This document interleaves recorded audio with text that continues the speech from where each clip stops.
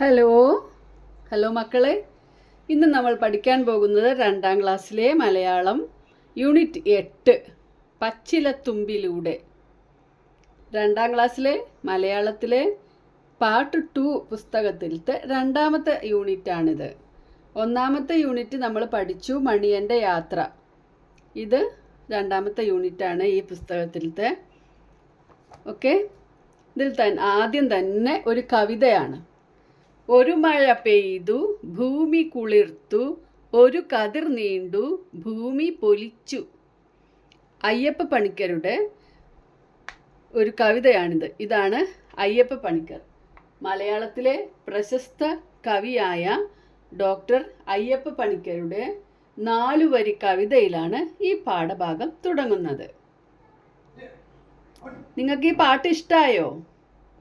ഒരു മഴ പെയ്തു ഭൂമി കുളിർത്തു, ഒരു കതിർ നീണ്ടു ഭൂമി പൊലിച്ചു. നല്ല രസമായിട്ട് പാടാൻ പറ്റും. ഉണങ്ങിക്കിടക്കുന്ന ഭൂമിയിൽ ഒരു മഴ പെയ്തപ്പോൾ ഭൂമി കുളിർത്തു.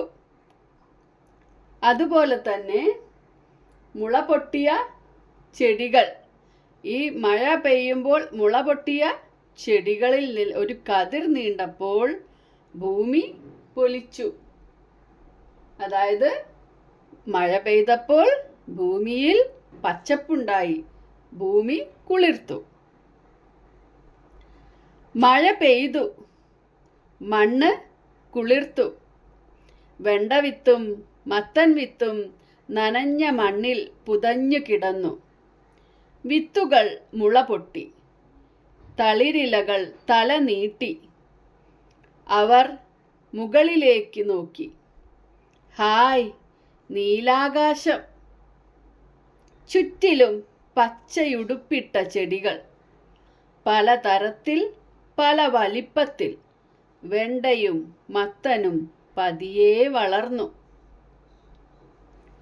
വെണ്ടച്ചെടി മൊട്ടിട്ടു തുടങ്ങി.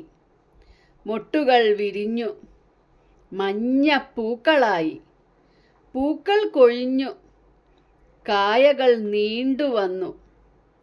വെണ്ടച്ചെടി തല ഉയർത്തി നിവർന്നു നിന്നു. മത്തൻ തല താഴ്ത്തി നിലത്ത് ഇഴഞ്ഞു തുടങ്ങി. മത്തന് സ്പ്രിങ് പോലെ കൈകൾ നീണ്ടുവന്നു. അത് വെണ്ടച്ചെടിയുടെ തണ്ടിൽ ചുറ്റി മുകളിലേക്ക് കയറാൻ നോക്കി. വെണ്ടച്ചെടിക്ക് സംശയമായി. ഹേയ്, നീ എന്തിനാണ് എൻ്റെ തണ്ടിൽ പിടിച്ചു കയറുന്നത്? എന്തിനാ ഇങ്ങനെ മണ്ണിൽ ഇഴയുന്നത്? നിനക്ക് നിവർന്ന് നിന്നുകൂടെ?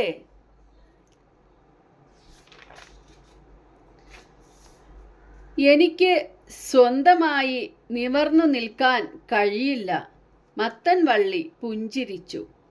ഞാൻ സഹായിക്കാം, കറിവേപ്പ് പറഞ്ഞു. മത്തൻ വള്ളി കറിവേപ്പിൻ്റെ ചില്ലയിലേക്ക് പടർന്നു കയറി. വെണ്ടച്ചങ്ങാതി, നോക്ക്, ഞാൻ നിനക്കൊപ്പം ഉയരത്തിലായി.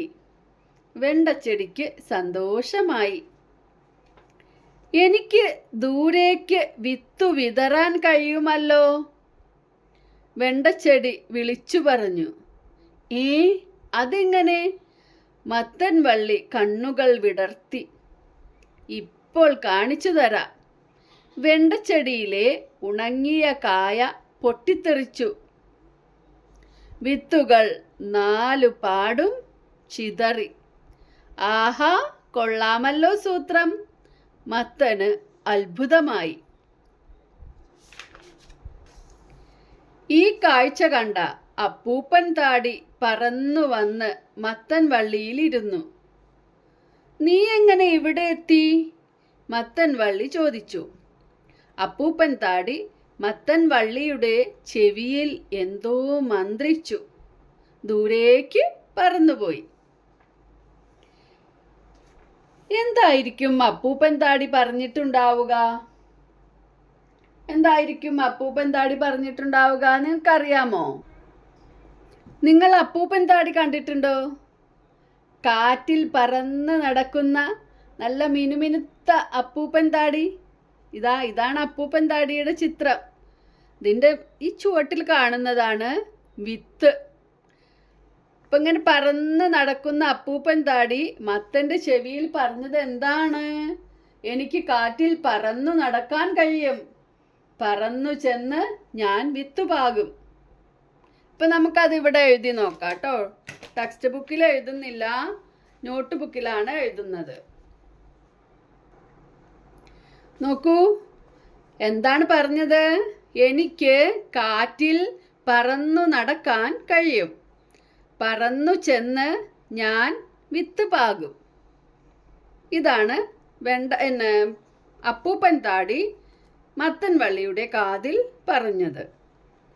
അടുത്ത ക്വസ്റ്റ്യൻ നോക്കാം.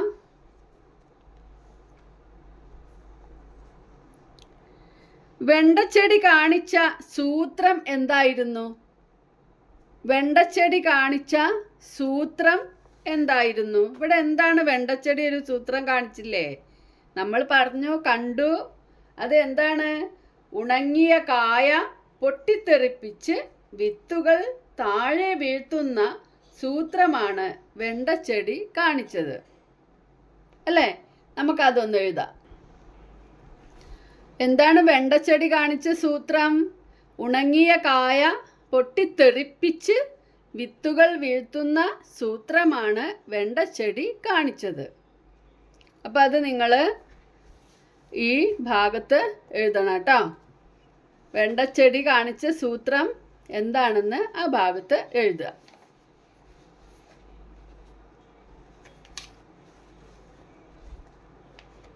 കഥയിൽ നിങ്ങൾക്കിഷ്ടപ്പെട്ട ഭാഗം ചിത്രമാക്കാം.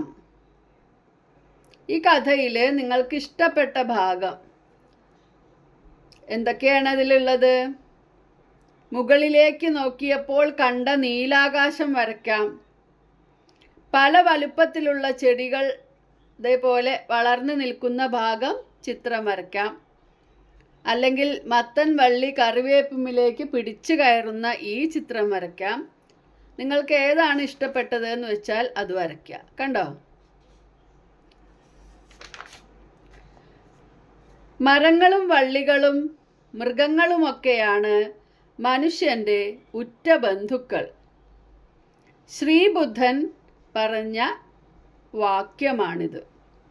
മരങ്ങളും വള്ളികളും മൃഗങ്ങളുമൊക്കെയാണ് മനുഷ്യൻ്റെ ഉറ്റ ബന്ധുക്കൾ. ശ്രീബുദ്ധനാണ് ഇത്. ഓക്കെ. ഇനി ഇലയും കറിയും. നിങ്ങളുടെ വീട്ടിലൊക്കെ ഇലകൾ കറി വെക്കാറില്ലേ? നമ്മുടെയൊക്കെ വീടുകളിൽ സാധാരണ കറി വെക്കുന്ന ഇലയാണ് മുരിങ്ങ ഇല, ചീര ഇല, മത്തൻ്റെ ഇല, കുമ്പളത്തിൻ്റെ ഇല അല്ലേ? ഇപ്പം നമുക്ക് ഇലയും കറിയും എന്ന ഭാഗം ഒന്ന് വായിച്ചു നോക്കാം. എത്ര ഇലക്കറി അറിയാം? എത്ര ഇലക്കറി അറിയാം? പറയുക. ഏതില നിങ്ങൾ കറി വയ്ക്കും? മത്തനിലക്കറി അറിയാം, ഞങ്ങൾ കുമ്പള ഇലയും കറി വയ്ക്കും. ചുവന്ന ചീര, പച്ചച്ചീര, മുള്ളൻ ചീരക്കറി അറിയാം. പയറില അറിയാം, ചേമ്പില അറിയാം, മുരിങ്ങയിലയും കറി വയ്ക്കും. താളും തകരയും അറിയാം, പിന്നെ തഴുതാമക്കറി അറിയാമേ. പുതിനയിലയും കറിവേപ്പിലയും കറിയിൽ ചേരും മല്ലിയില. എത്ര ഇലക്കറി അറിയാം? പറയുക. ഏതില നിങ്ങൾ കറി വയ്ക്കും? ഇതൊരു പാട്ടാണ് കേട്ടോ. അപ്പോൾ ഒന്നും കൂടി പാടി നോക്കിയിട്ട് ഇതിൽ നിന്ന് കുറേ ഇലക്കറികൾ നമുക്ക് കിട്ടും. നോക്കണോ? ഇവിടെ നോക്കാം. എത്ര ഇലക്കറി അറിയാം? പറയുക. ഏതില നിങ്ങൾ കറി വയ്ക്കും? മത്തനിലക്കറി അറിയാം. അപ്പം മത്തനില. കുമ്പള ഇലയും കറി വയ്ക്കും.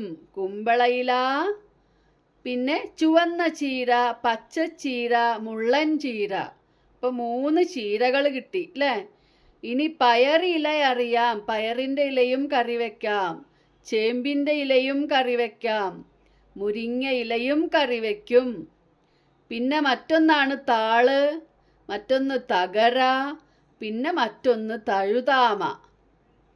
പിന്നെ പുതിന ഇലയും കറിവേപ്പിലയും മല്ലിയിലയും നമ്മൾ കറിയിൽ ചേർക്കുന്നവയാണ്, മണത്തിനും രുചിക്കൊക്കെ വേണ്ടിയിട്ട്, അല്ലേ? അപ്പോൾ എത്ര ഇലക്കറി അറിയാം? പറയുക, ഏതില നിങ്ങൾ കറി വയ്ക്കും? അപ്പോൾ നമുക്കിവിടെ ഭക്ഷണമായി ഉപയോഗിക്കാറുള്ള ഇലകൾ ഏതെല്ലാം എഴുതി നോക്കാം. ഇല കൊണ്ടുള്ള ഒരു വിഭവം തയ്യാറാക്കുന്ന വിധം വീട്ടിൽ അന്വേഷിച്ച് പാചകക്കുറിപ്പ് എഴുതാം. അപ്പം നമുക്ക് ആദ്യം ഏതൊക്കെ ഇലകളാണ് നമ്മൾ കറി വയ്ക്കാറുള്ളതെന്ന്, ഭക്ഷണമായി ഉപയോഗിക്കുന്നതെന്ന് എഴുതാം. ഭക്ഷണമായി ഉപയോഗിക്കുന്ന ഇലകൾ, പാട്ടിൽ പറഞ്ഞ ഇലകളൊക്കെ നമ്മൾ ഭക്ഷണമായിട്ട് ഉപയോഗിക്കും. മത്തനില, കുമ്പളനില, ചുവന്ന ചീര, പച്ചച്ചീര, മുള്ളൻ ചീര, പയറില, ചേമ്പില, മുരിങ്ങയില, താള്, തകര, തഴുതാമ, കറിവേപ്പില, പുതിന, മല്ലിയില. ഇത്രയും സാധനങ്ങൾ, ഇത്രയും ഇലകൾ നമ്മൾ ഭക്ഷണമായി ഉപയോഗിക്കുന്നവയാണ്. ഇനി അടുത്തത്, ഇല കൊണ്ടുള്ള ഒരു വിഭവം തയ്യാറാക്കുന്ന വിധം വീട്ടിൽ അന്വേഷിച്ച് പാചകക്കുറിപ്പ് എഴുതാം. നോക്കാം, നമുക്കിവിടെ ഒരു പാചകക്കുറിപ്പ് എഴുതി വച്ചിട്ടുണ്ട്. നോക്കാം. ഇതിനാവശ്യമുള്ള സാധനങ്ങൾ: പരിപ്പ്, പച്ചമുളക്, മഞ്ഞൾപ്പൊടി, ചെറിയ ഉള്ളി, മുരിങ്ങയില. മുരിങ്ങയില വേർപെടുത്തി എടുക്കണേ, ഓരോ ഇലയായിട്ട് വേർപെടുത്തി എടുക്കണം. പാചകക്കുറിപ്പ്: മുരിങ്ങയില കറി. പച്ചമുളകും പരിപ്പും മഞ്ഞൾപ്പൊടി ചേർത്ത് കുക്കറിൽ നന്നായി വേവിക്കുക. കുക്കർ തുറന്ന് പരിപ്പ് ഉടച്ചെടുക്കുക. മുരിങ്ങയില അതിലേക്കിട്ട് വേവിക്കുക. അതിന് വെള്ളം വേണമെങ്കിൽ ചേർക്കുക. കറി വാങ്ങിവെച്ച് ഉള്ളി അരിഞ്ഞിട്ട് വറുത്തിടുക. ഇങ്ങനെയാണ് മുരിങ്ങയില കറി ഉണ്ടാക്കുന്നത്. അടുത്ത നോക്കാം, ഇലകളെ നിരീക്ഷിക്കാം. നിങ്ങളുടെ കൈപ്പത്തിയേക്കാൾ വലിയ ഇലകൾ ഏതൊക്കെയാണ്? ചെറിയ ഇലകൾ ഏതൊക്കെയാണ്? ചുറ്റുപാടും നിരീക്ഷിച്ച് കണ്ടെത്താം, പട്ടികപ്പെടുത്താം. നിങ്ങളുടെ കൈയിനേക്കാൾ വലുതും നിങ്ങളുടെ കൈയിനേക്കാൾ ചെറുതുമാണ് നമുക്ക് പട്ടികപ്പെടുത്തേണ്ടത്. അപ്പോൾ നമ്മൾ പുറത്തു കൂടെ പോയി നമുക്ക് ഇതൊന്ന് പട്ടികപ്പെടുത്താം, ഏതൊക്കെയാണെന്നൊക്കെ ഒന്ന് നോക്കാം. കൈയിനേക്കാൾ വലുതാണ് മത്തനില, ബദാമില, പ്ലാവില, വാഴയില, തെങ്ങിൻ്റെ ഇല, കുമ്പളയില, ആന്തൂറിയമില, മാവില. ഇതൊക്കെ ഒരുപാട് ഇലകൾ നിങ്ങളുടെ വീട്ടിലുണ്ടെങ്കിൽ ഇതും കൂടെ ഈ ലിസ്റ്റിൽ കൂട്ടണം. ഇനി കൈയിനേക്കാൾ ചെറുത് തുളസി, കറിവേപ്പ്. കറിവേപ്പിൻ്റെ ഒരു ഇല എന്ന് പറയുമ്പോൾ ഒരു തണ്ടല്ല കേട്ടോ. മല്ലിയില, മുല്ലയില, റോസില, പുളിയില, പേരയില, ചീരയില, മുരിങ്ങയില. ഇതെല്ലാതും ചെറിയ ചെറിയ ചെറിയ ഇലകളാണ്. ഇനി അടുത്തതായിട്ട് ഋഷിതയുടെ ഡയറി. ഋഷിത: ഇന്ന് എനിക്ക് വളരെ സന്തോഷമുള്ള ദിവസമായിരുന്നു. ഋഷിതയുടെ ഡയറിയിൽ എഴുതിയിരിക്കുന്ന എന്താണ്? ഇന്ന് എനിക്ക് വളരെ സന്തോഷമുള്ള ദിവസമായിരുന്നു. കുറച്ച് ദിവസം മുമ്പ് കുപ്പിയിലെ വെള്ളത്തിൽ ഞാനൊരു ചെടി വെച്ചിരുന്നു. അതിൽ കുഞ്ഞു വേരുകൾ വരാൻ തുടങ്ങിയത് ഇന്നാണ്. ഞാൻ അതിലേക്ക് കുറേ നേരം നോക്കി നിന്നു. ഋഷിതയുടെ ഡയറി വായിച്ചല്ലോ. മണ്ണിലല്ലാതെ വളരുന്ന സസ്യങ്ങളുണ്ടോ? അന്വേഷിച്ചറിയാം, കൂട്ടുകാരുമായി പങ്കുവെക്കാം. മണ്ണിലല്ലാതെ വളരുന്ന സസ്യങ്ങളുണ്ട്, വെറും വെള്ളത്തിൽ വളരുന്ന സസ്യങ്ങൾ ഉണ്ട്. വെറും കുപ്പിയിലെ വെള്ളത്തിൽ വളരുന്ന ഈ ചെടി കണ്ടോ? ഇതിൻ്റെ വേര് നോക്കൂ, ഇതിന് വേര് ഇത്രയും വന്നിട്ടുണ്ട്. കണ്ടില്ലേ? ചെറിയ ചെറിയ വേരുകൾ ഇതിന് വരുന്നുണ്ട്.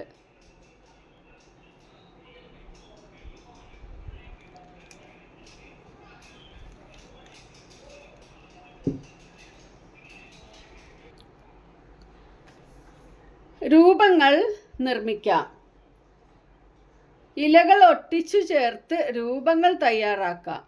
ഇത് നോക്കൂ, ഇതൊക്കെ ഓരോ ഇലകളാണ്. ഇതൊരു ഇലയാണ്, ഇതൊരു ഇലയുടെ പകുതിയുണ്ട്, പിന്നെ ചെറിയ ഇലകൾ വെട്ടിയിട്ടാണ് ഇത്. കണ്ടോ, വാലായിട്ട് വേറെ ഇല. ഇങ്ങനെ ഇത് കണ്ടില്ലേ, ഇതിൽ ഡോട്ട് ഇട്ട് കൊടുത്തിട്ടുണ്ട്. പിന്നെ അതുപോലെ ഇത് ഉണങ്ങിയ ഇലയ്ക്ക് ഒന്ന് നിറം കൊടുത്തിട്ടാണ്. ഇങ്ങനെ നമുക്കും ഇഷ്ടം പോലെ രൂപങ്ങൾ ഉണ്ടാക്കാം. ഇതിൻ്റെ ഒരു വീഡിയോ നമുക്കൊന്ന് ഷെയർ ചെയ്ത് നോക്കാം കേട്ടോ. ഷെയർ ചെയ്ത് തരുന്നുണ്ടേ. ഓക്കെ. ഇനി അടുത്തത് തെങ്ങ്. ഞാൻ തെങ്ങ്, ഒറ്റത്തടി വൃക്ഷം. ഇതാണ്, ഒറ്റത്തടിയാണ്. എനിക്ക് ചില്ലകളില്ല. കൊമ്പുകളുണ്ടോ? ഇല്ല. ഇനി തെങ്ങിനെ കുറിച്ച് നമുക്ക് കുറച്ച് കാര്യങ്ങൾ കൂടി ഇവിടെ എഴുതാം. നമ്മുടെ നാട്ടിൽ എവിടെയും എന്നെ കാണാം. കേരവൃക്ഷം എന്നും എനിക്ക് പേരുണ്ട്. എന്താ പേര്? കേരവൃക്ഷം. തെങ്ങിന് മറ്റൊരു പേരാണ് കേരവൃക്ഷം. ഈ കേരവൃക്ഷം എന്ന പേരിൽ നിന്നാണ് നമ്മുടെ നാടിന് കേരളം എന്ന പേര് കിട്ടിയിട്ടുള്ളത്. നിങ്ങൾക്കറിയാവുന്ന മറ്റൊരു സസ്യത്തെക്കുറിച്ച് ഇതുപോലെ എഴുതണം. എഴുതി നോക്കാം. അപ്പോൾ നമുക്ക് ആദ്യം തെങ്ങിനെ കുറിച്ച് എഴുതി നോക്കാം. തെങ്ങിനെ കുറിച്ച് എഴുതാം. ഞാൻ തെങ്ങ്, ഒറ്റത്തടി വൃക്ഷം. എനിക്ക് ചില്ലകളില്ല. എൻ്റെ ഫലമാണ് തേങ്ങ. ഫലം എന്ന് പറഞ്ഞാൽ കായ. ഇളനീർ എന്നാണ് തേങ്ങയെ ചെറുപ്പത്തിൽ വിളിക്കുക.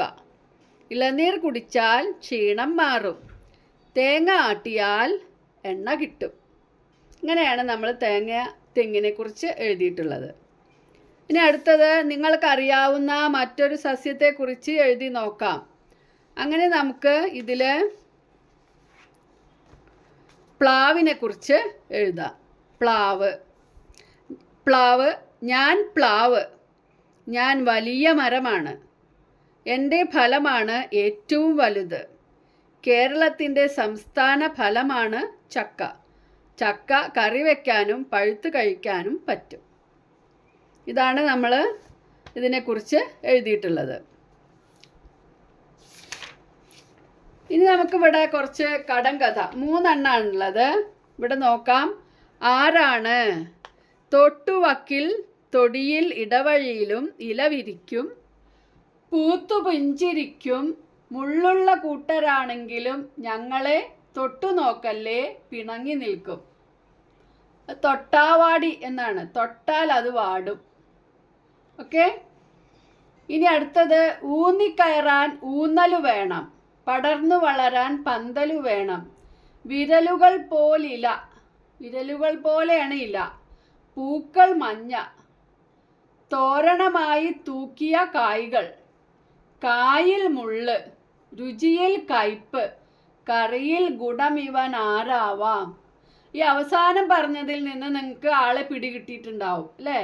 കായ്മ മുള്ളുണ്ട്. മുള്ളു പോലുള്ള സാധനമാണ് കേട്ടോ. രുചിയിൽ കയ്പാണ്. കയ്പ് രുചിയിലുള്ളത് ആരാന്ന് നിങ്ങൾക്കറിയാം. പാവയ്ക്ക, കയ്പയ്ക്ക. പിന്നെ പൂവിൽ നിന്നും കായ വിരിഞ്ഞാൽ കാലിൽ കല്ലുകൾ കെട്ടിത്തൂക്കി താഴോട്ടെത്താൻ വലിച്ചു നീട്ടും. പന്തലിൽ വളരും ഞാനാര്. താഴേക്ക് വളരുന്ന പച്ചക്കറി പടവലങ്ങയാണ്. താഴേക്ക് ഇങ്ങനെ വളരുന്ന പച്ചക്കറിയാണ് പടവലങ്ങ. ഇനി ഇവിടെ പാടി രസിക്കാം എന്ന് പറഞ്ഞിട്ടൊരു കവിതയുണ്ട്. മരം എന്നാണ് കവിതയുടെ പേര്. മരം. നമുക്കൊന്ന് വായിച്ചു നോക്കാം. കാട്ടിലെ കിളികൾക്കും മരം വേണം. നാട്ടിലെ മനുഷ്യർക്കും മരം വേണം. പറക്കുന്ന തുമ്പിക്കും ചിരിക്കുന്ന കുഞ്ഞിനും മരിക്കുന്ന വൃദ്ധനും മരം വേണം. ശ്വസിക്കുവാൻ പ്രാണനായി മരം വേണം. കുടിക്കുവാൻ ജലമായി മരം വേണം. വിശപ്പിന് പഴമായി മരം വേണം. എരിയുവാൻ വിറകായി മരം വേണം. വിണ്ണിൻ്റെ മഴയായി മരം വേണം. മണ്ണിൻ്റെ ഉയിരായി മരം വേണം. കണ്ണിന് കുളിരായി മരം വേണം. ഞങ്ങൾക്ക് തുണയായി മരം വേണം. വെട്ടല്ലേ വെട്ടല്ലേ വലിയോരേ, വിറ്റുകാശാക്കല്ലേ പെരിയോരേ, കാടിതു ഞങ്ങൾക്കു വീടാണ്, വീട് മുടിക്കല്ലേ ഉടയോരേ. സുഗതകുമാരി ടീച്ചർ എഴുതിയ ഒരു കവിതയാണ് നിങ്ങൾക്ക് പാടി രസിക്കാനായി കൊടുത്തിട്ടുള്ളത്. കുട്ടികളാണ് ഈ മരം മുറിക്കല്ലേ എന്ന് പറഞ്ഞിട്ട് ഇങ്ങനെ പാടുന്നത്. അവർക്ക് കാട് വേണം, അവരുടെ വീടാണ് കാട്, ഇത് മുടിക്കല്ലേ എന്നാണ് നമ്മളോട്, വലിയവരോട് ഈ കുട്ടികൾ പറയുന്നത്.